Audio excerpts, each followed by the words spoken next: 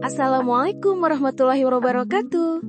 Balik lagi nih di PAI Asyik, podcast yang bikin kita makin deket sama ilmu agama, tapi bahasanya tetap santai kayak ngobrol di kantin.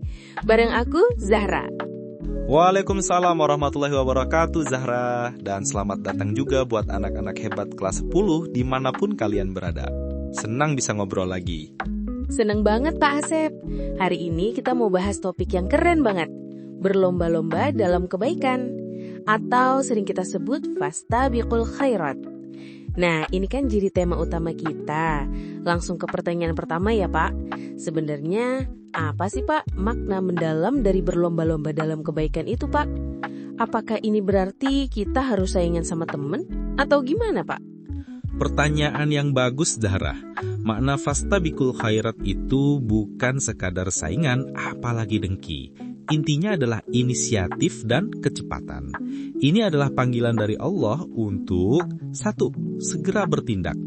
Jangan tunda kebaikan. Begitu ada kesempatan sholat di awal waktu, bantu orang tua, atau berbagi ilmu, langsung lakukan. Yang kedua, meningkatkan kualitas. Artinya, kita selalu berusaha lebih baik dari diri kita yang kemarin. Bukan membandingkan amal kita dengan amal orang lain, tapi membandingkan amal kita hari ini dengan amal kita kemarin. Yang ketiga, motivasi positif. Melihat teman berbuat baik itu bukan membuat kita iri, tapi memicu kita. Wah, dia sudah hafal 1 juz. Aku juga harus semangat mengejar.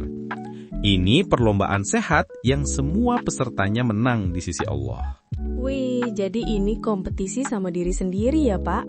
Keren-keren. Biar anak-anak kelas 10 SMA PGRI 43 Singaparna makin kebayang, bisa kasih contoh konkretnya Pak? Misalnya, contoh fastabiqul khairat dan contoh perilaku kerja keras di kehidupan sehari-hari. Tentu, kita bagi 2 ya.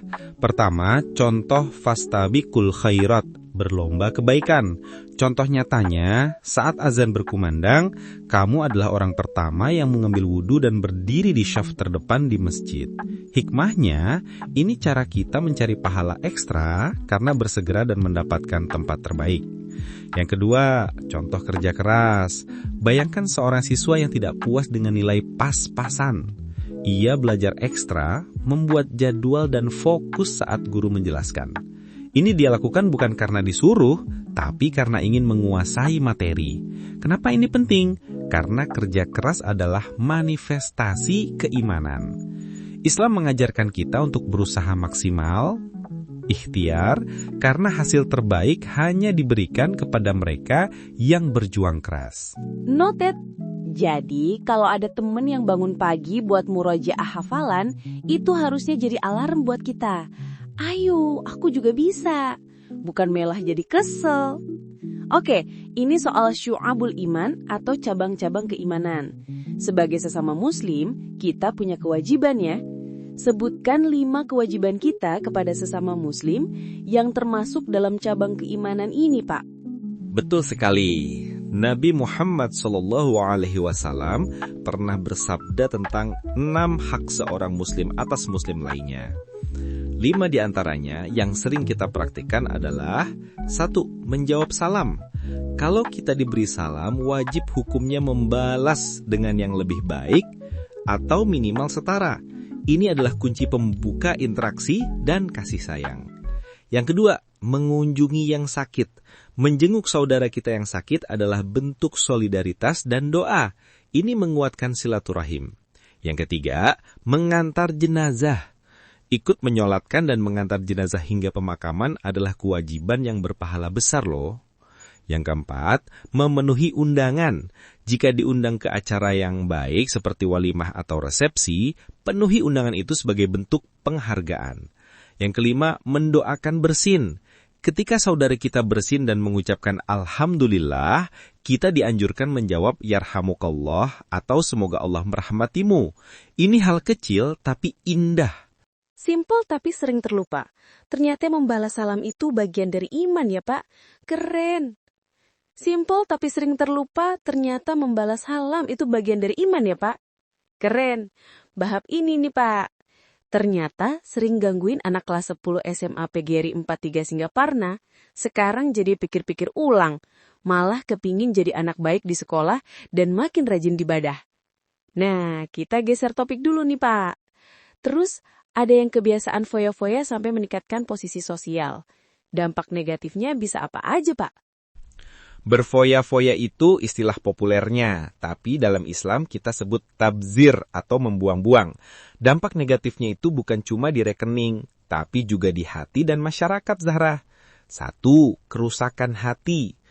Gaya hidup hedonis. Pelaku akan terbiasa mengukur kebahagiaan dari hal-hal materi dan konsumtif. Ia akan lupa bahwa harta adalah titipan dan kebahagiaan sejati ada pada rasa syukur. Yang kedua, jauh dari keberkahan. Harta yang dibelanjakan tanpa kendali dan untuk hal-hal yang tidak perlu, apalagi yang haram, akan menghilangkan keberkahan. Yang ketiga, kesenjangan sosial. Ketika ada orang yang membuang makanan atau membeli barang mewah yang tidak terpakai, di sisi lain ada saudari kita yang kelaparan. Perilaku ini menciptakan jurang pemisah dan memicu kecemburuan sosial. Yang keempat, menjerumuskan pada utang dan riba. Kebiasaan ingin terlihat kaya atau mengikuti tren, akhirnya memaksa seseorang berutang dan seringkali terjerat dalam praktik riba yang sangat dilarang agama.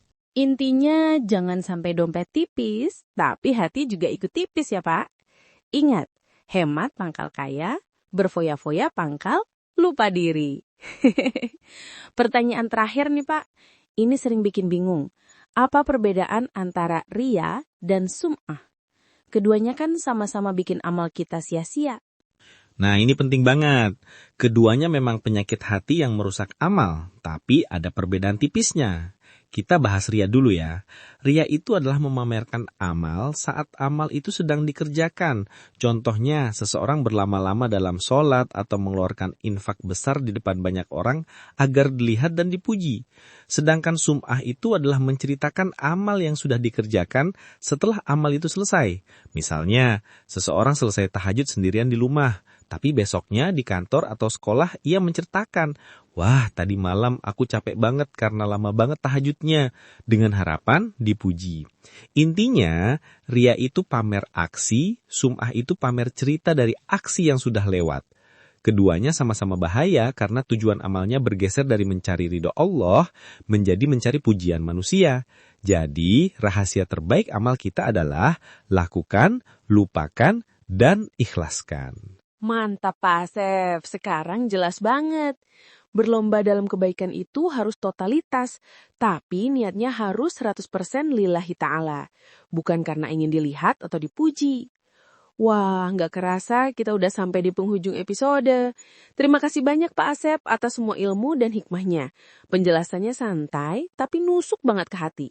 Sama-sama Zahra, semoga obrolan singkat ini bisa jadi bekal bagi anak-anak untuk menjadi muslim yang produktif, berakhlak mulia, dan selalu bersegera dalam kebaikan.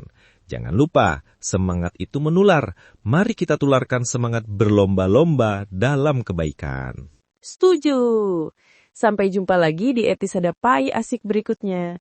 Wassalamualaikum warahmatullahi wabarakatuh.